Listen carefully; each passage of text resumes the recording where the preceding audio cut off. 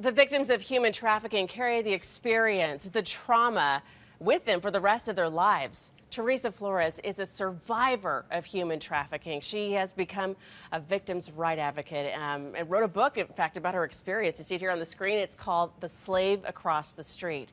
Teresa joins us now from Indianapolis. Teresa, thanks so much for being on the show today to kind of open our eyes to this horrific problem we have here in the U.S. Now, let's start here. 31 years ago, you were trapped as a sex slave.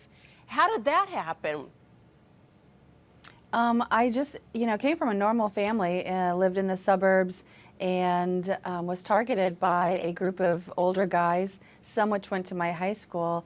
And for about 6 months, they would just be really nice to me and offer me, to carry my books and it just, really nice things. Say, you look pretty today. And here I am 15.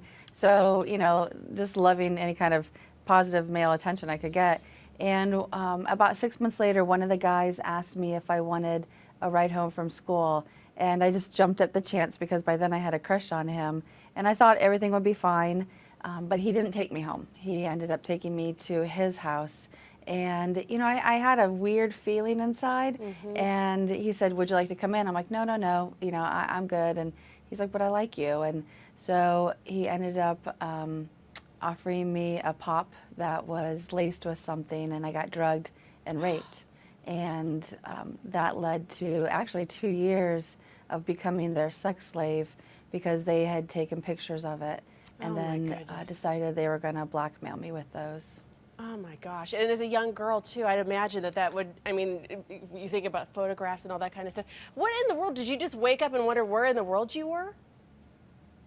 Yeah, they allowed me to live at home during this time, so they would take me out at night, and which was just another way to keep me in control, because then they watched my family, they threatened to kill my family if I didn't obey them. And the whole time trying to earn back these pictures and them saying, oh, next time, we'll give them to you, next time. And in the meantime, they were making quite a lot of money from this. So you were staying at home while they're doing this to you at night. Are you going to school with them? Yeah. You said you knew them from high school? Yeah, I actually would get taken out of my house. They would call and say, come now. And it would be around midnight. And I would sneak out and then go to these very elite, beautiful homes where they would take me to. Wow.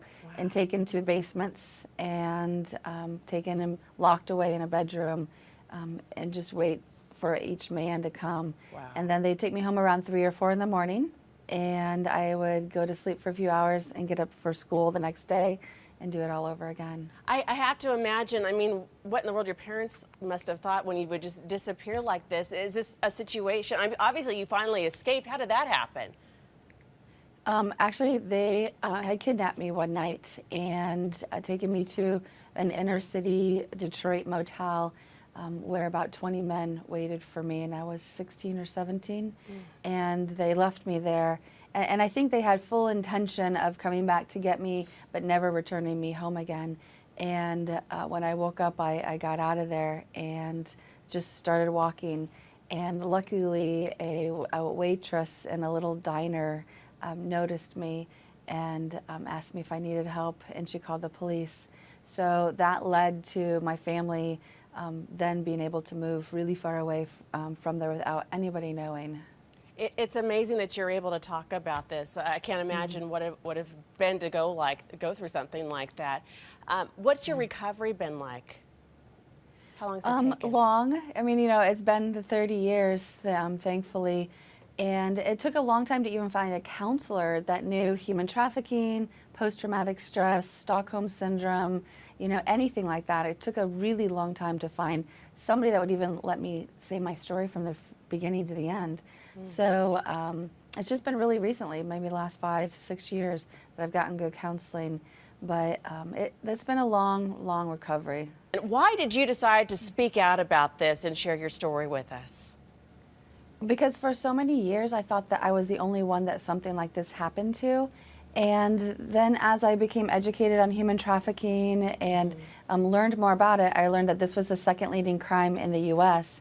and that there were hundreds of thousands of Teresas out there. It's really like America's little dirty secret that now we're just taking the lid off of it. And we really appreciate you really bringing this to light.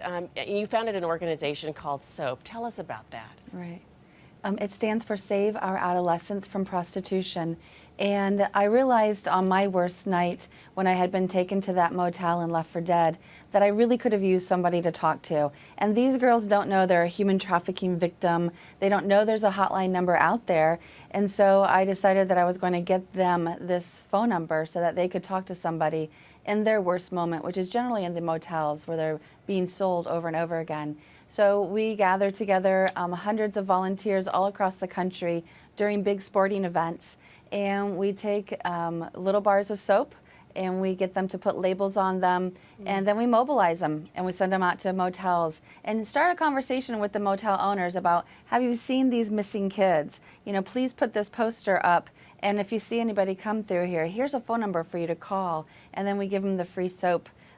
So hopefully the girls will see that when they're in the motels. So it happens a lot in motels, is what I'm assuming then. Yeah, they're sold online on the internet, and then they meet the guys, and they're taken and just really locked away in these motels to service the men all night long. Yuck. So I know you've been working really hard to change the lives of other women who've been through something similar to you.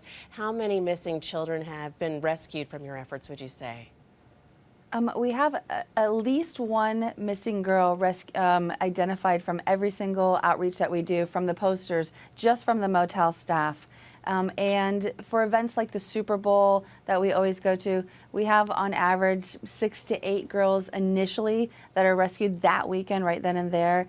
But then after that, I mean, they can take that sticker off the bar of soap, and they can put it in their shoe, and they can call a week later, a month later, whenever they're able. So we know the phone calls to Polaris Project also double anytime that we're in a city doing an outreach. I love that you're doing something positive with the pain that you've gone through. And I know that you have a relationship with the family of Gina De Jesus, one of the women who was rescued in Ohio this week. How did that all come about, that you knew each other? I was asked last year to be the keynote speaker at an annual human trafficking event in Cleveland. And there's a collaborative initiative to end human trafficking there. And I did my story. I shared with the audience, you know, what had happened and what I'm doing now. And Gina De Jesus's mom and aunt were there. And they came up to me afterwards and just gave me the biggest hug and said thank you. And I think it gave them hope to know that once their daughter is found, and they're like, we're going to find her, that she eventually, when she got older, could be, you know, a role model for others and could be healed enough to have a family like I do. So I think it gave them a lot of hope. And at that moment I told them, you know, we're going to put her picture on every missing children's poster that we give out across the country, because we are going to find her. And that's not how she was found, but it was amazing, I think, for them to know that we cared, and we did that. When Charlotte in Tampa, we put her picture on every poster. Well, Teresa, thank you so much for your work. Teresa Flores, her book is The Slave Across the Street. Check it out.